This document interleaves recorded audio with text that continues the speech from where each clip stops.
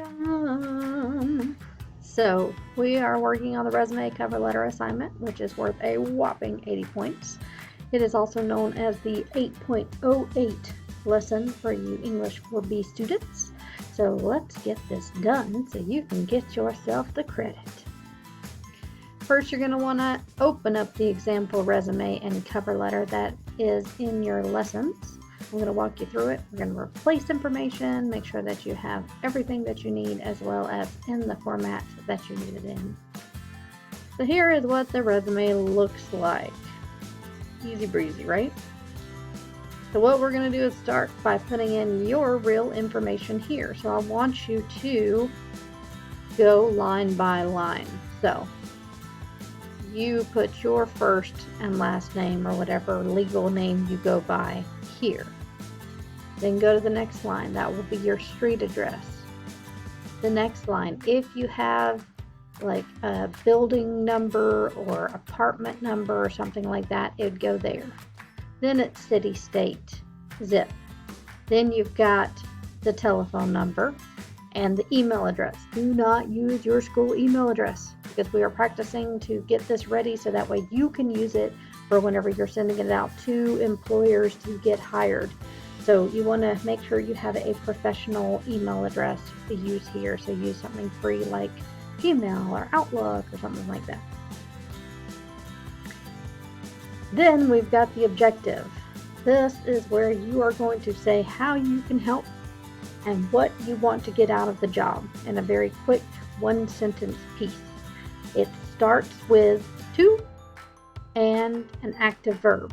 So you need to have to contribute, to make, to continue, something that is active that you can continue on with your information, stating what it is you want to gain and want to give.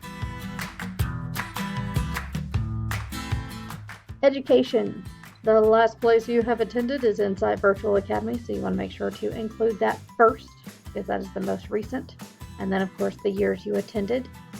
You can put then other high schools that you have been to underneath that if you have been there.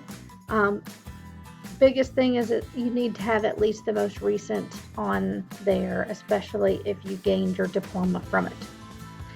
Now, this information in the bullet points, that is where you add things that make you stand out. So if you've got a GPA over 3.0, then that would be a bullet point.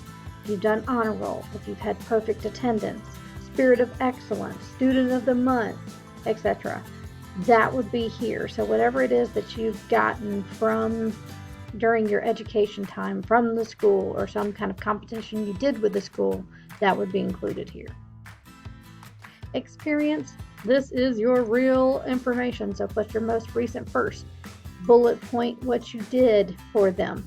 So if it's just something as simple as babysitting or cleaning or things like that, you can put that there. If you have no experience, then you could put in here none, but looking forward to getting some with you or something like that, where you're saying you understand that you don't have official experience, but you are looking forward to getting some.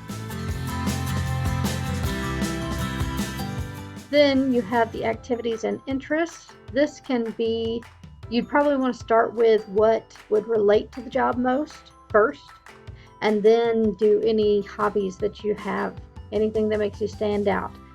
Playing video games all day is not one that they're looking for. If you create your own video games, though, that would work, that kind of stuff. Limit it to about 3 bullet points, unless, of course, you don't have that much experience up above, and then you can make it more to kind of show them that you have experience in other things, just maybe not actual full jobs. Now we've got the cover letter. Da, da, da, da, da, da. All right, with the cover letter, of course, your real information at first. You don't have your name up there, though. And instead, you're going to put today's date written out afterwards. So here, whatever the date is, that's what you're going to put in instead. Here, you can keep it as is, but I would suggest at least change the company name so that way you can kind of focus on it as the way you would like for it to be. But if you have a job in mind, I would go ahead and put that information in, because you have now helped yourself to complete this for the job that you're really wanting. You note here that it does have a colon after it, so Dear Mr. Mrs., or if you don't have an actual name, Dear Sir or Madam, then a colon because it is a business letter. First paragraph, you're noting what the job is that you're applying for, and then telling how the job matches what you want. So in other words, your objective from your resume, in different words, of course, you don't want to bore them. Again, you going back to the resume, what experience did you have on there? What did you learn from it? If you don't have experience, that's okay. You can pull from the activities and skills section that you have on there. You just pretty much want to tell them how the skills that you have now from what you've done before is going to help you with this job that you are trying to apply for.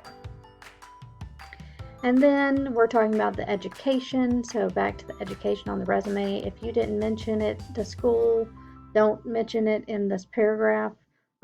It's, reflection of the resume itself. So discuss the education that you had, how it would help you to fill the job position, what skills you learned from it, etc. And then you want to, at the very last paragraph, thank the company for what they do or relate to it somehow. Tell them how to get in touch with you and literally lay it out. Write out the phone number, write out the email address. Pretend like they didn't have their resume to look at. Tell that you will touch base in a week. So you're showing that you really want to get this job, so you're going to call back and see how it's going. And then of course thanking them for considering you. And then last but not least, you've got the professional closing with a comma after it. Your signature, your real signature if possible. We know that it may be harder to get a picture of that and put it in here for this purpose, but do remember, in the real use, you always want to sign here. And then type out your full name. So I want to see that you understand this should be a signature, this should be a regular type out. And that is all. Just make sure to put it into the Dropbox so that way I can get it graded. And if you do have any questions, need anything, just reach out. I'm here for you. Have a wonderful day.